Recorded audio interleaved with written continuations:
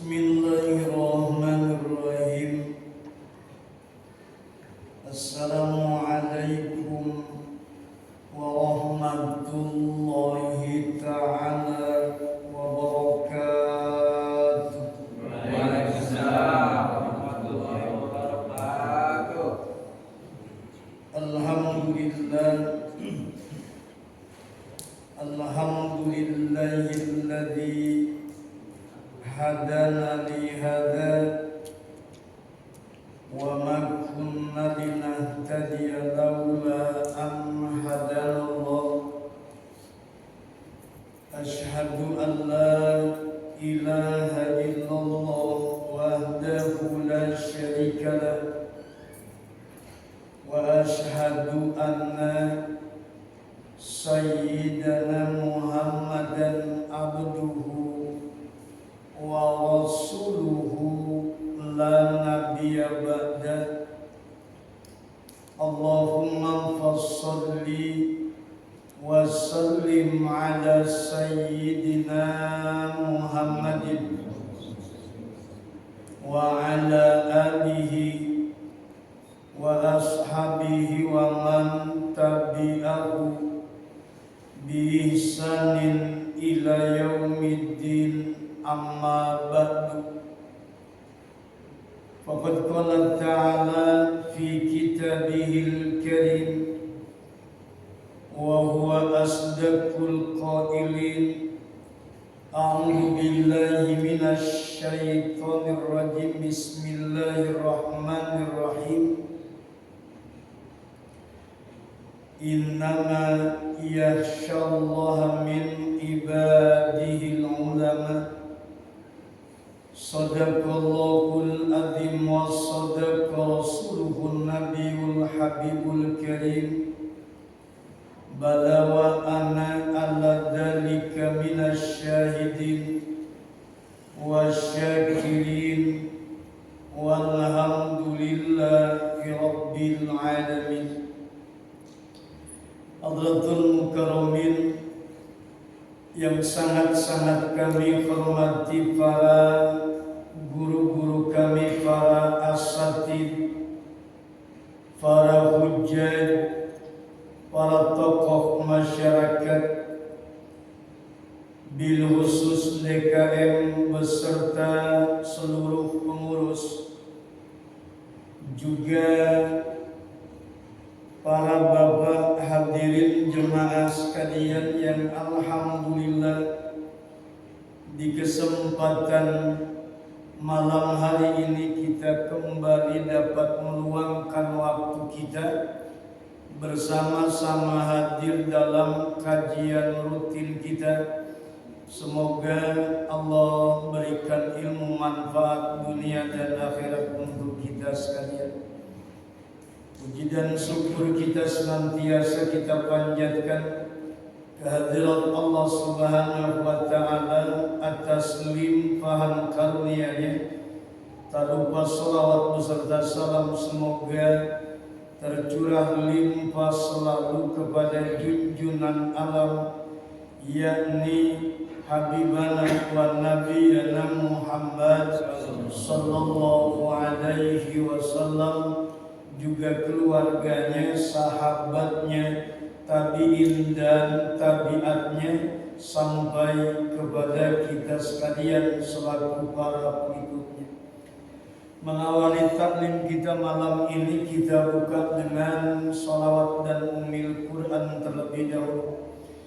Ya Rabbi salli ala Muhammad, Ya Rabbi salli alaihi wa sallim.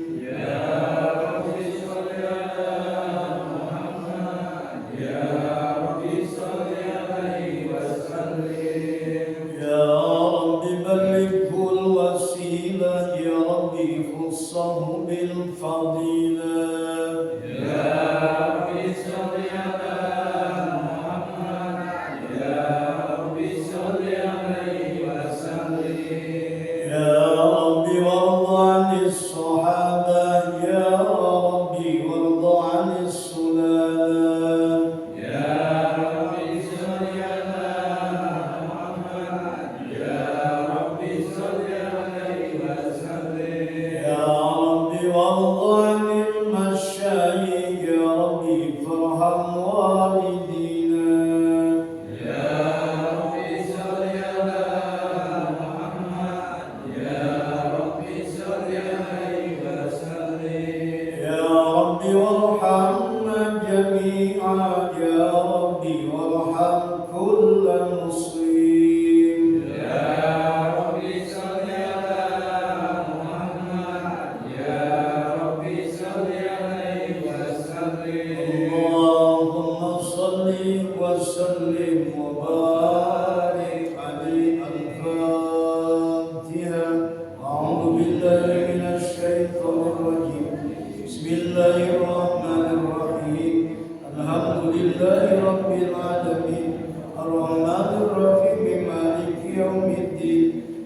إياك نعبد وإياك نستعين اهدنا الصراط المستقيم صراط الذين أنعمت عليهم غير المغضوب عليهم ولا الضالين رب اغفر لي ولوالدي آمين.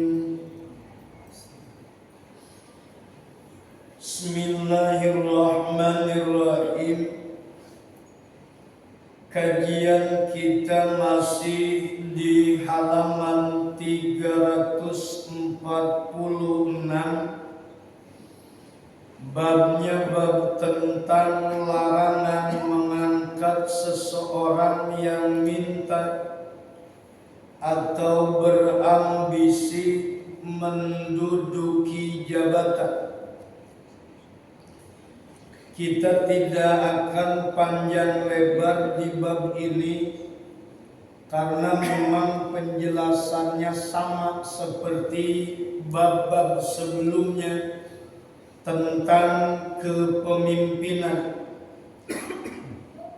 Nanti kita akan masuk pada kajian tentang adab alias kajian tentang etika, atau mungkin kajiannya adalah kajian tentang akhlak.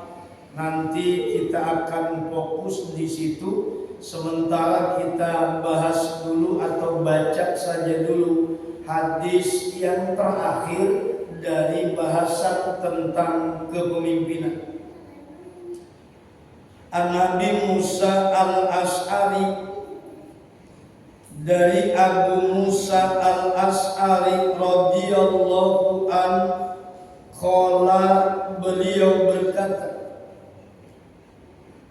dakhaltu ala Nabi sallallahu alaihi wasallam ana wa rajulani min bani Ami. Kata Abu Musa al-Ash'ari, saya bersama dua orang saudara sepupu datang kepada Nabi.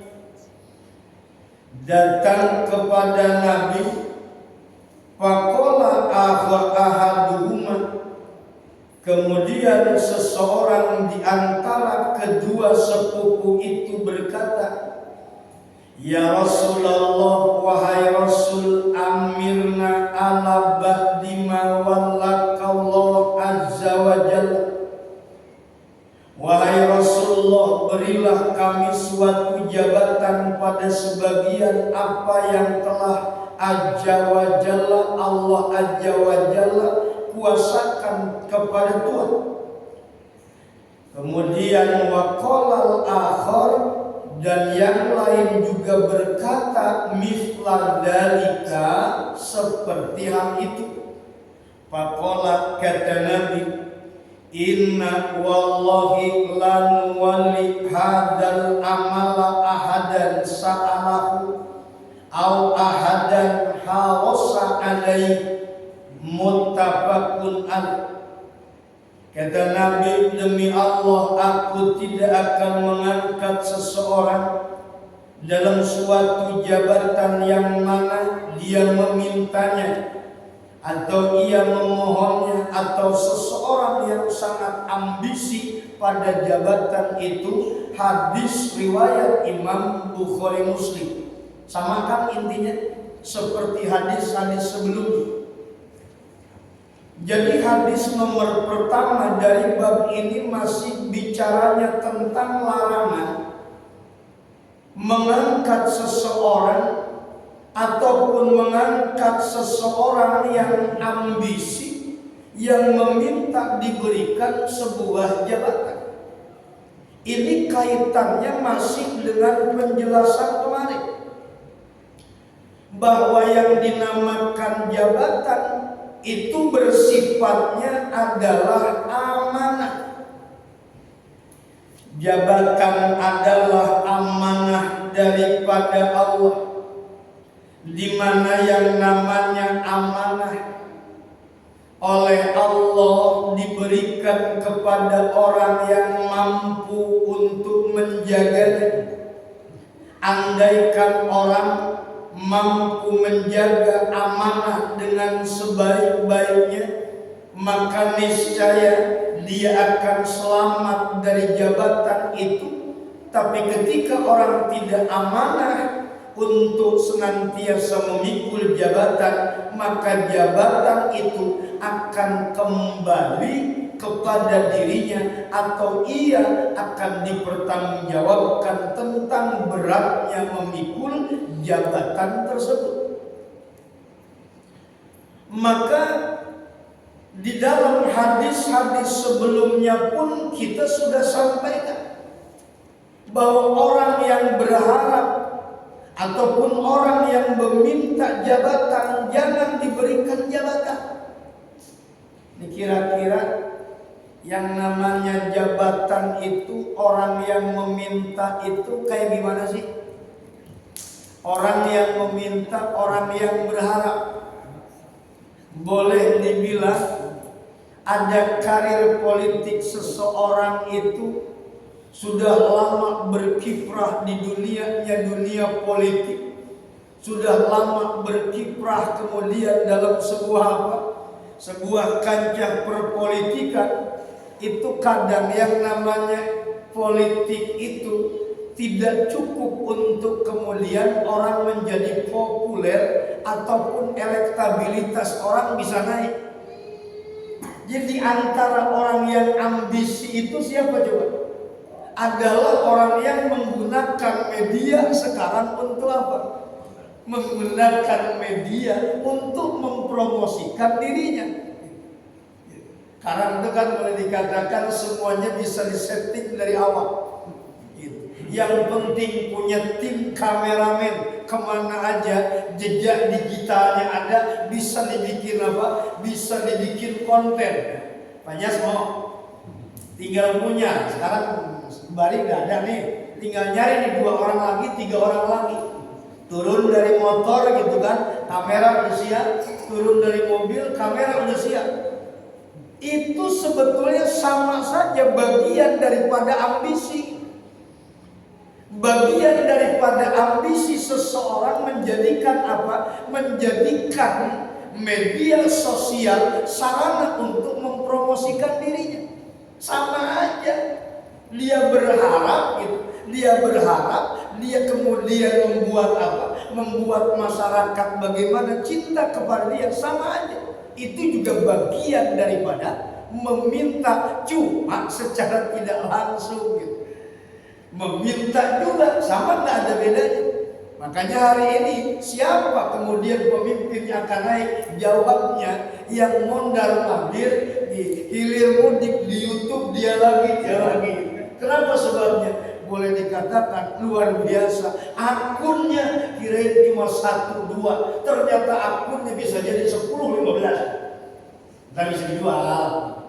Lumayan satu akun 5 miliar, lumayan untuk kampanye tahun depan. Jadi intinya kayak begitu. Bagian dari ambisika itu sama. Itu juga bagian daripada ambisi. Cuma memang cerdas orang ini. Kenapa? Sekarang memang zamannya apa-apa juga semua adalah media sosial sebagai sarana untuk orang bisa mempopulerkan dirinya, untuk meningkatkan elektabilitas dirinya. Jadi intinya apa? Orang-orang yang seperti itu hati-hati. Kenapa? Hati-hati, karena intinya adalah sama saja orang yang memintakah ataupun orang yang berambisika itu sama-sama saja. Abi Musa al-Ash'ari beliau datang menghadap kepada Rasul, ceritanya bersama dengan 2 sepupunya.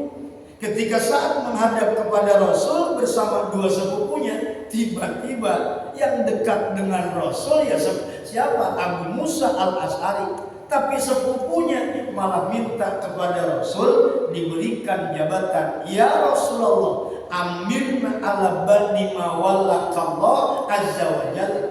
Ya Rasul, kata sepupunya ini, salah seorang sepupunya, berikan kepada saya jabatan berikan kepada saya kepercayaan, berikan kepada saya kepemimpinan dari apa yang kemudian Tuhan berikan kepada engkau.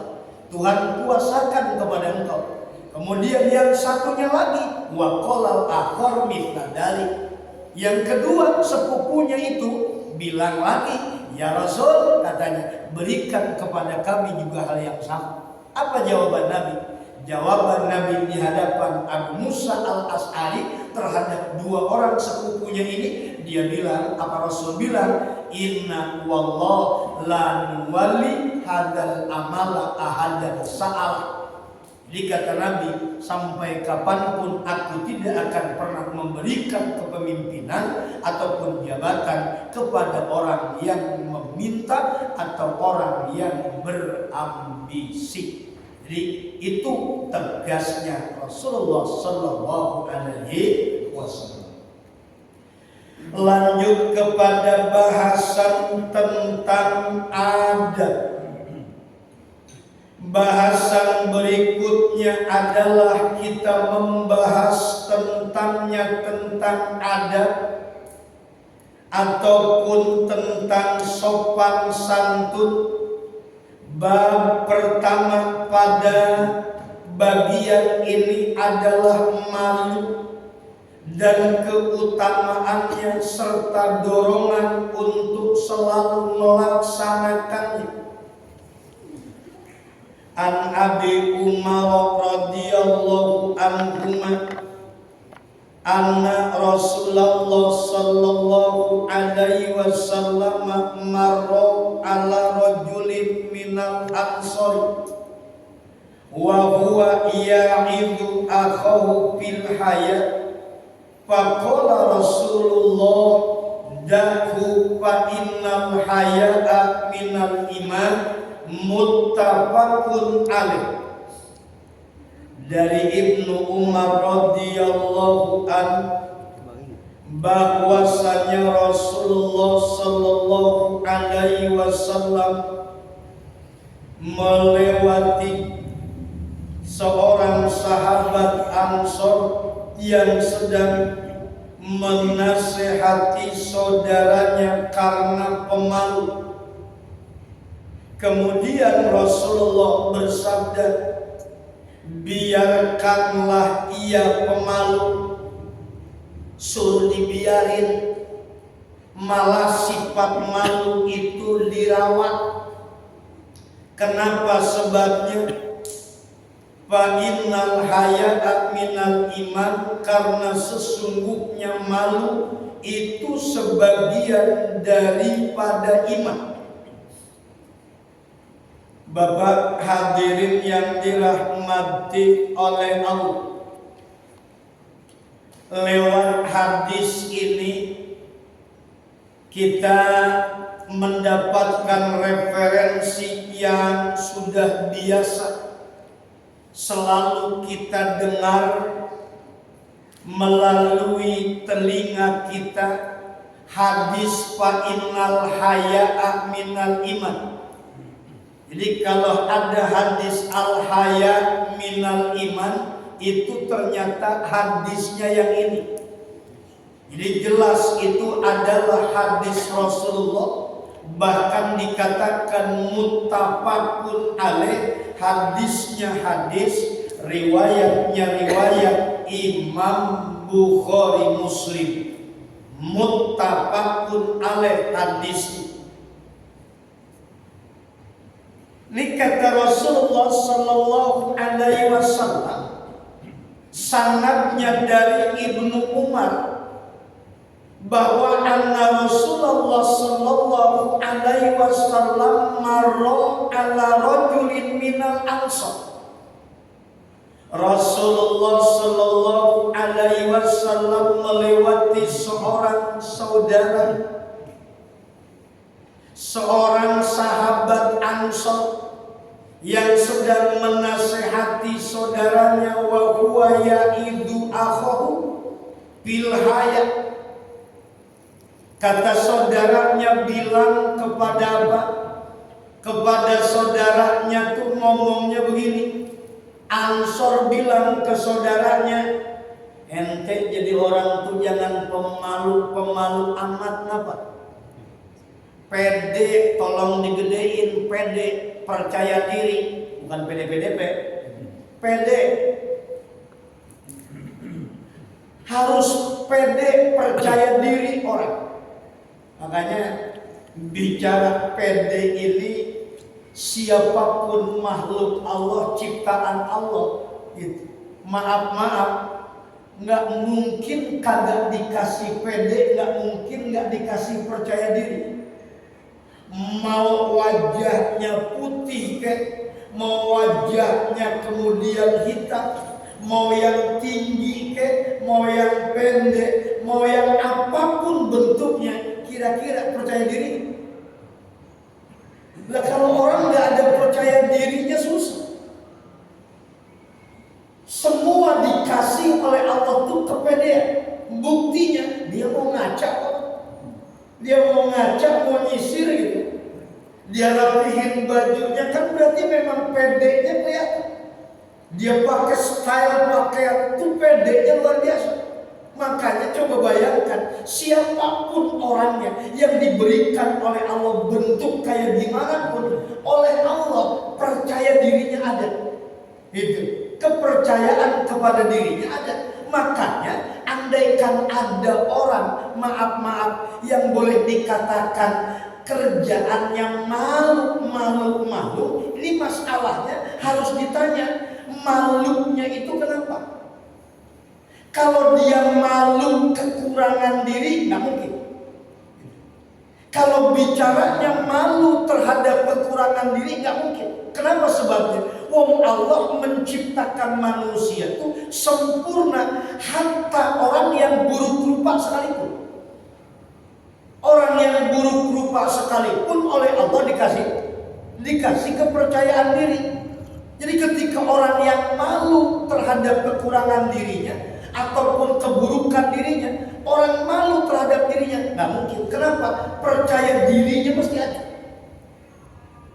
Cuma memang sikap malu yang disampaikan oleh Nabi ini, biarkan dahu fa innal haya'a minal iman, tinggalkan saudaramu. Nggak usah kemudian kamu nasihati dia. Untuk apa? Untuk kemudian meningkatkan percaya dirinya. Malu di dia itu bagus. Kenapa? Malu yang ada pada saudaranya orang Ansor ini adalah malu yang bagian daripada iman. Fa innal haya'a minal iman. Mana malu yang bagian daripada iman?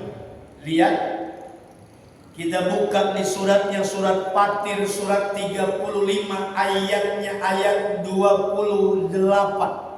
Apa kata Allah? Wa minad dawabi wal an'ami. Di dalam suratnya, surat Fatir ayatnya, ayat berapa? 28. Maaf, wa minan nasi wad dawabi wal an'ami mukhtalifun alwanuhu kadzalik. Dari manusia, kemudian binatang yang merayap, wal an'am, bahkan kemudian binatang ternak, mukhtalifun alwanu, beda-beda jenisnya, beda-beda harganya, beda-beda kualitasnya. Ini kita jangan kalah sama sapi ini ya.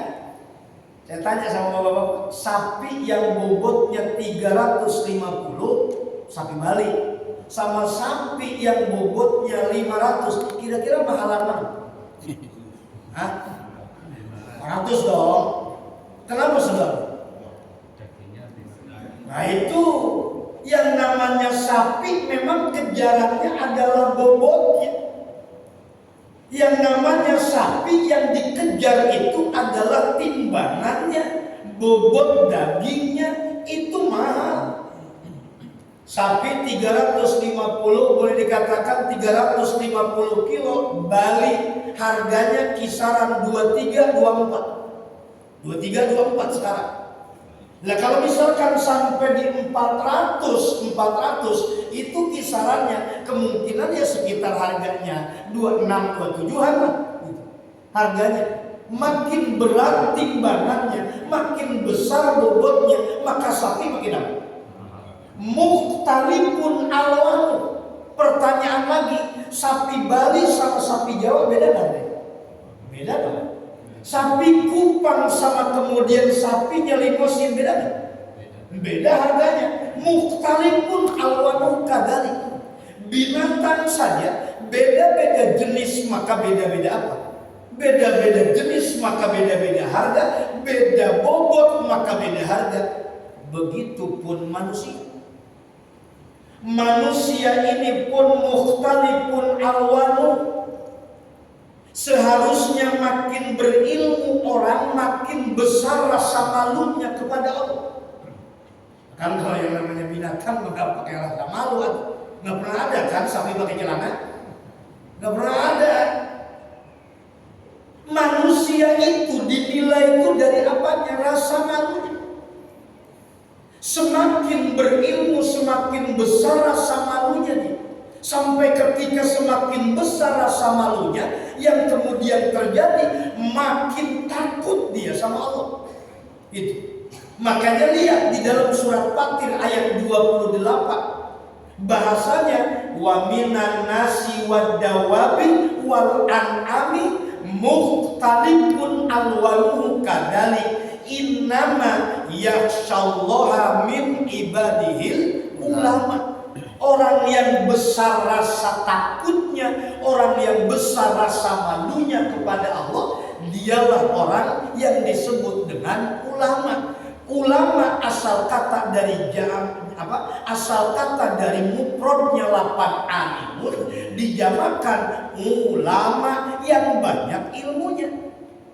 Jadi yang namanya ulama bukan dilihat dari setelan. Waduh ini jelas nih, kayaknya pakai udeng-udeng ulama nih. Pakai udeng-udeng, pakai jubah ulama nih pasti. Oh ini keren nih, kayaknya pakai jas. Jangan-jangan jas kreditan. Ini nggak bisa. Ulama itu bukan dilihat dari style. Kenapa? Sebabnya kita tuh karang banyak ketipu. Waduh, luar biasa. Habaib nih kayaknya, turunan mana? Orang pakai jubah, pakai udeng-udeng aja disebut habaib kita mah. Belum tentu. Pas dilihat ternyata mancung kagak ini. Mukanya Arab kagak. Lalu disebut habaib dari mana? Ini turunan, bukan turunan. Bisa jadi yang begini tanjakan. Bukan turunan yang begini mah. Tuh orang yang disebut ulama tuh orang yang makin banyak apanya? Makin besar rasa malunya kepada Allah, makin tinggi tingkat rasa takutnya kepada Allah. Jadi kalau ada orang ahli ilmu makin berani maksiat, orang ahli ilmu makin berani apa? Makin berani untuk kemudian beralasan apa-apa didalilin. Buat dia mah boleh-boleh aja Pak, dalilnya ada. Wa yundabu takhirul isya'i ila akhirin min sulusail laili. Disunahkan bahwasanya mengakhirkan sholat isya sampai sepertiga malam yang terakhir. Tuh kan? Jelas dalilnya di kitab fikih banyak bahwa sholat isya disunahkan untuk diakhirkan di sepertiga malam. Pertanyaannya, emang bangun? Pertanyaannya emang bangun? Yang jelas-jelas aja orang. Yang jelas-jelas kita ngaji nungguin isya berjamaah. Lemake lagi di akhir-akhir. Bentar ya, saya mau sholat di belakangan. Mau sunah kok mengakhirkan isya sampai sepertiga malam. Itu mah buat orang yang terbiasa terjaga di waktu malam, iya.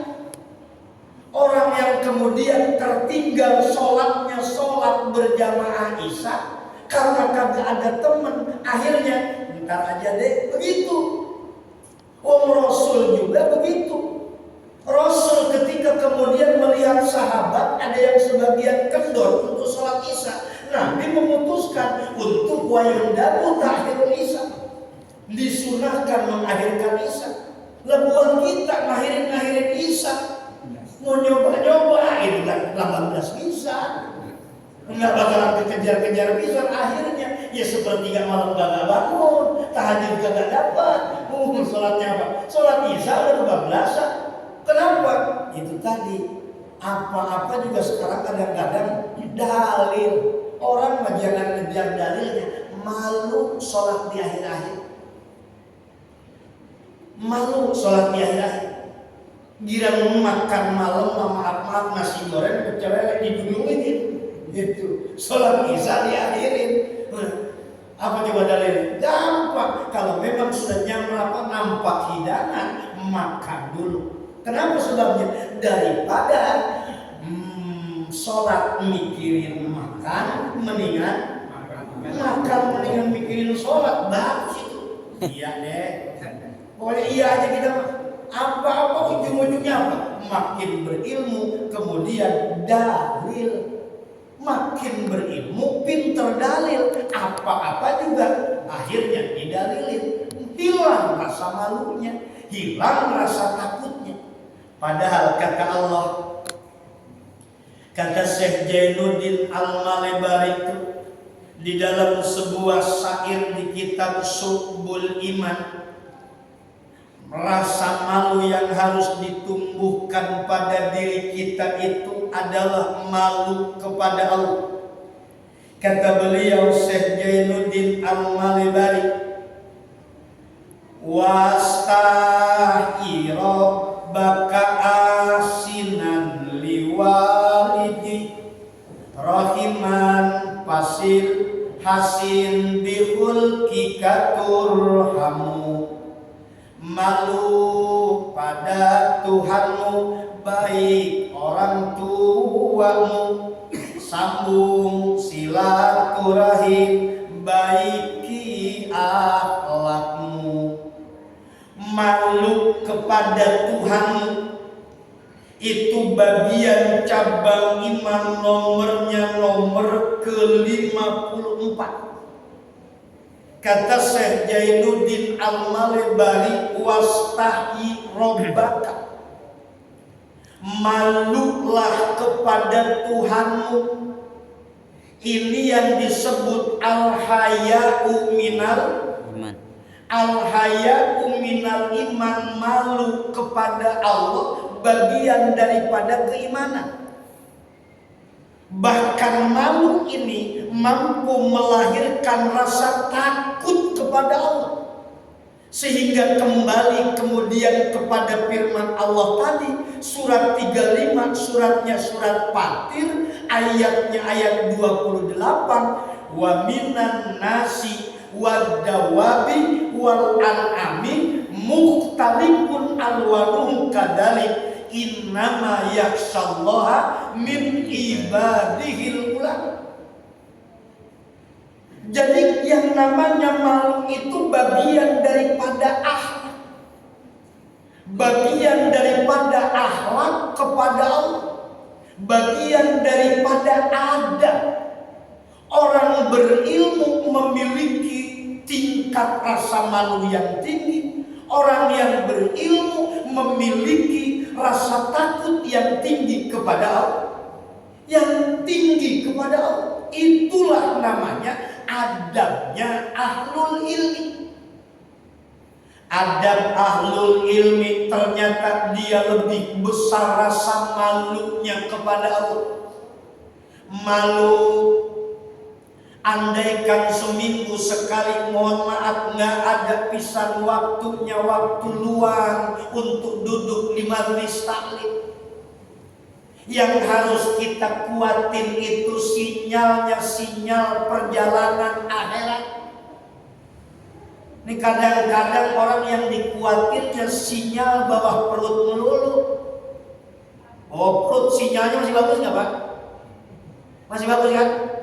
Iya, benar. Yang harus dikuatin itu bukan cuma sinyal itu. Kolbu kita, hati kita yang sinyalnya untuk harus dikuatin. Perjalanan menuju akhirat butuh sinyal yang boleh dikatakan apa? Apa nih? Namanya nih? Propellernya mau apa? Yang paling bagus apa? Telkomsel. Oh yang benar. Bener ah? Excel nggak boleh? Excel nggak usah ya? Lemot. Mentari? Jual. Simpati? Berarti simpati? Oh gitu.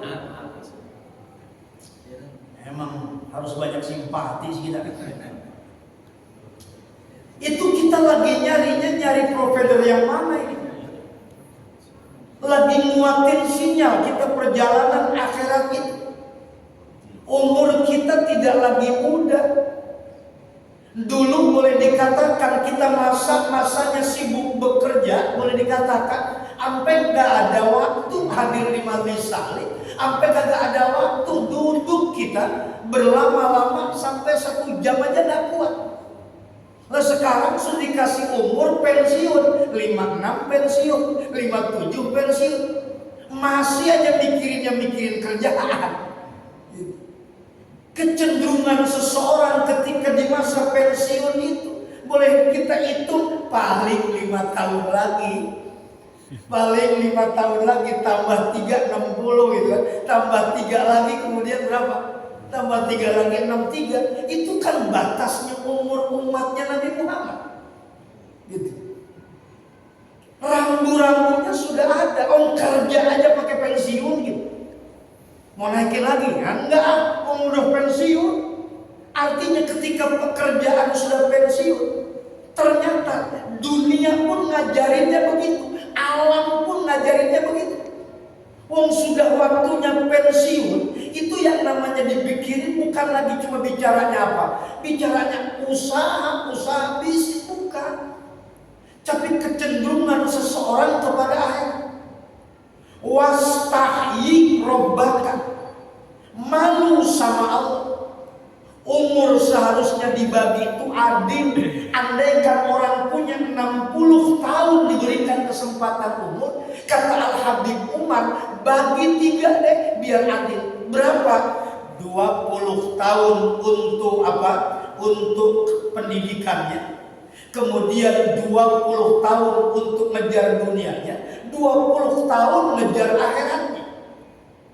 Kalau misalkan kita bagi nih 20 tahun pendidikan pertama dari mulai kemudian TK sampai usia 20 tahun itu pendidikan keilmuan. Ngejarnya mau ngejar dunia akhirat kita udah siapin semua. Keilmuan tuh. Kemudian fokus untuk apa? Umur 21 sampai 40. Bagaimana kemudian kita fokus ngejar dunia? Maka ketika 41 ngatas sampai kemudian 60 tahun, orang harus berpikir kapan kecenderungannya mulai untuk akhirat. Maka kata Habib Umar, kalau misalkan umur itu dibagi 3, 20 tahun untuk istirahat, 20 tahun untuk apa? Untuk tidur, 20 tahun untuk ibadah, 20 tahun untuk bekerja. Mohon maaf, paling yang ketemu cuma 20 tahun yang 2. Mana itu? Untuk istirahat, tidur ketemu 20 tahun. Mau bukti? Kalau orang umurnya 60 tahun, nih, maka 20 tahun dia tidur bisa ketemu. Berapa coba? Tidurnya 8 jam. Tidurnya 8 jam. Kalau orang tidurnya 8 jam, gitu kan? Kan yang namanya waktu kan 24 jam. Kita bagi 8 jam, 8 jam.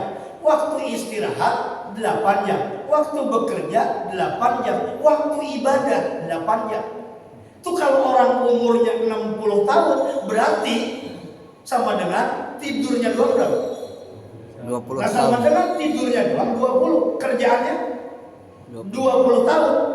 Saya bilang yang namanya bekerja 8 jam udah jelas. Masuk jam 8, keluar jam 4 aja udah ketemu 8 jam. Kemudian yang namanya istirahat tidur, andaikan kita mulai tidur jam 9, bangun kemudian jam berapa? Bangun kemudian boleh dikatakan jam 4 atau misalkan tambah dengan bocian, ketemu 8 jam. Ya kan? Tapi bicara ibadah 8 jam ketemu nggak sehari? Hitungnya gimana kita bingung. Nah, gimana hitungnya 8 jam coba? Susah. Sholat aja cuma sekian. Taruhlah tambah ngaji seminggu sekali coy. Itu juga kalau hadir. Kalau kagak hadir, berarti kagak nemu tuh 8 jam. Nggak nemu 8 jam. Maka oleh karena itu saya katakan, kecenderungan orang terhadap akhirat harus dimulai di usia 41 tahun ke atas. Minimal kata Allah, lu pensiun fokus urusan akhirat ini. Kalau memang 41 belum juga nggak ada kecenderungan ke akhirat, paling tidak pensiun 56 tahun kah, 57 tahun kah, udah waktunya. Mau kemana lagi? Jadikan masjid itu taman yang nyaman. Jadikan masjid itu sarana untuk memperkuat sinyal perjalanan kita untuk akhirat. Inilah yang dimaksud dengan al-haya'u minal iman. Wastahyi li rabbika, malu sama Tuhan. Gitu. Dikasih umur panjang, dikasih banyak kesempatan, kemudian rezeki dikasih kagak berhenti-berhenti, gitu kan? Semua sudah Allah berikan kepada kita. Tapi seperti apa pengorbanan kita? Tadi subuh saya sampaikan di masjidnya Masjid Ar-Rahmah Al Sindu. Kita kajiannya kajian tentang iman tadi, walaupun kajian fikih Safinah, tapi kita pakainya pakai syarah Safinah. Saya sampaikan tadi, di antara ibadah badaniyah itu penutupnya bukan haji. Yang namanya ibadah badaniyah itu ada 6. Ibadah batin itu juga ada 6. Ibadah batin itu diantaranya al-haya, rasa malu. Diantaranya adalah apa? Qanaat. Diantaranya adalah sabar. Diantaranya adalah zuhud, tawakal. Itu ibadahnya ibadah batin. Tapi sebelum bicara ibadah batin, ada namanya ibadah badaniyah. Apa ibadah badaniyah? Syekh Nawawi Al-Bantani di dalam kitab Kasifatus Saja, syarah daripada kitab Safinatun Najah, beliau katakan ibadah badaniyah itu satu toharoh, namanya bersuci. Entah mandi, entah itu kemudian wudu, yang jelas toharoh atau cebok. Yang nomor kedua sholat, nomor ketiga zakat, puasa sama haji. Satu lagi itu apa? Jawabnya, puncaknya ibadah badaniyah itu adalah jihad. Maksudnya turun ke Palestina? Bukan. Tidak mesti yang namanya jihad itu turun ke Palestina. Yang namanya jihad itu adalah bagaimana kita melibatkan diri kita, memiliki kontribusi walaupun tidak besar, minimal ada kecenderungan untuk memikirkan agama. Makanya ngaji, hadir di majelis taklim, bicaranya bukan cuma ngaji kita, bukan bicaranya nambahin ilmu, lebih kepada syiar agama Allah, lebih kepada menjadi pemakmur rumah Allah, memakmurkan rumah Allah, mensyiarkan agama lewat taklim. Ini bagian daripada jihad, puncaknya ibadah. Makanya saya bilang tadi pagi, kita makanya aneh. Orang baliknya balik dari Mekah, orang baliknya balik haji. Maaf, seminggu kagak keluar-keluar cuma. Ke masjid kagak, ke musola kagak. Ternyata Pak, alasannya stok amalnya masih banyak. Lah, Bapak nggak tahu, satu waktu di Masjidil Haram itu nilai pahalanya sholat berjamaah di Masjidil Haram sama dengan 100.000 kali lipat. Pengen tahu 100.000 kali lipat itu berapa? 100.000 kali lipat kalau dihitung-hitung sholat di masjidnya Masjid Kuliah Al-Maskiri Betawi Permai, Itu sama dengan 56 tahun. Satu waktunya doang. Itu. Satu waktunya doang sama dengan 56 tahun. Satu waktu. Lah kalau Bapak misalkan maaf 5 waktu di Masjidil Haram berapa nih? Nah, gak umur belum nyampe ke 60 tahun tapi ibadah nilainya sudah segitu, Pak. Pantes pasis pengennya balik lagi. Udah balik kemudian balik ke kampung, kagak mau kuliah Mas Kiri. Kan di sini malah lagi merantau dia. Tetap aja ke kampung lagi, balik lagi ke kampung. Kenapa? Stok amalnya di kampung masih banyak. Itu boleh dikatakan Masjidil Haram nilai pahalanya istimewa. Tapi coba kita belajar sejarah. Apa coba? Lihat belajar sejarah.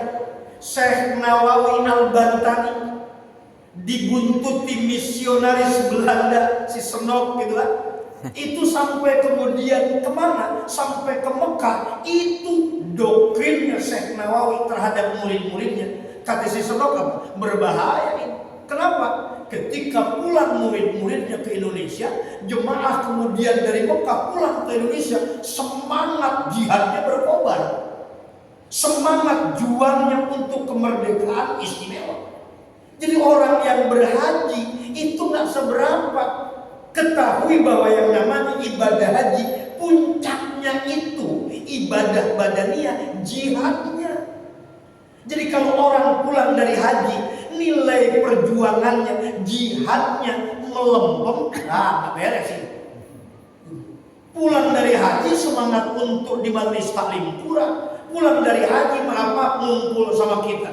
Tinggalnya beda Pak. Dia makan hajinya aja udah 3 kali, haji gitu. Kita aja 3 kali.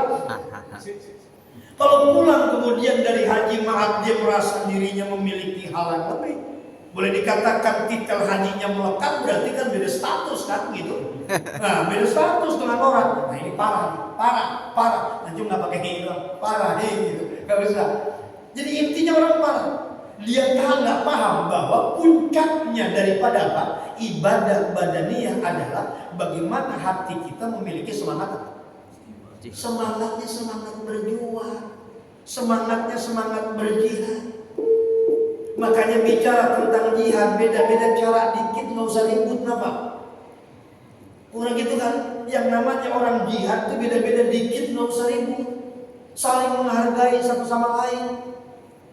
Kita beda-beda majelis taklim nggak masalah, beda-beda kajian nggak masalah, beda-beda guru ya biasa aja.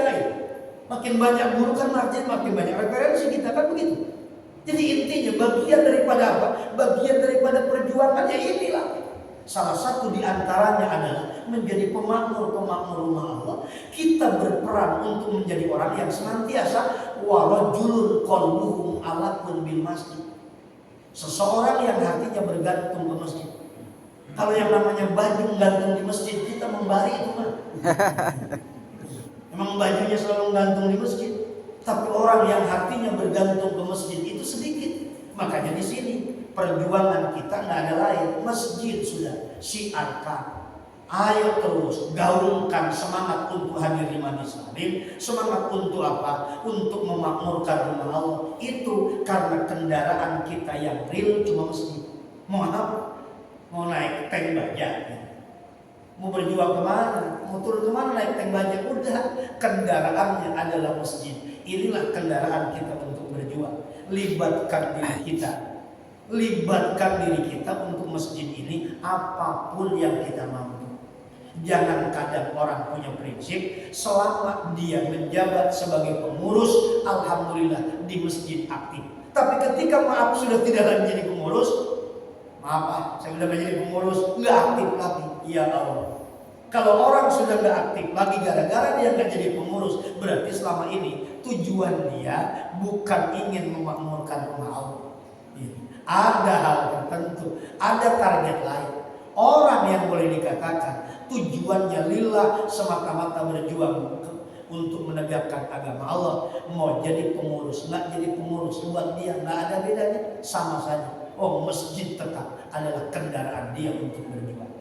Itu mungkin Pak untuk kajian kita, termasuk isyarat. Mudah-mudahan ada manfaatnya, khususnya untuk saya pribadi dan umumnya untuk hadirin jemaah sekalian. Sekali lagi, al-haya minal iman, bahwa rasa malu itu bagian daripada keimanan. Kita tutup dengan doa kifaratul majlis bersama-sama. Subhanallahumma wa bihamdika asyhadu an la ilaha illa anta astaghfiruka wa atubu ilaik. Wa minkum bila itu hidayah. Assalamualaikum warahmatullahi wabarakatuh.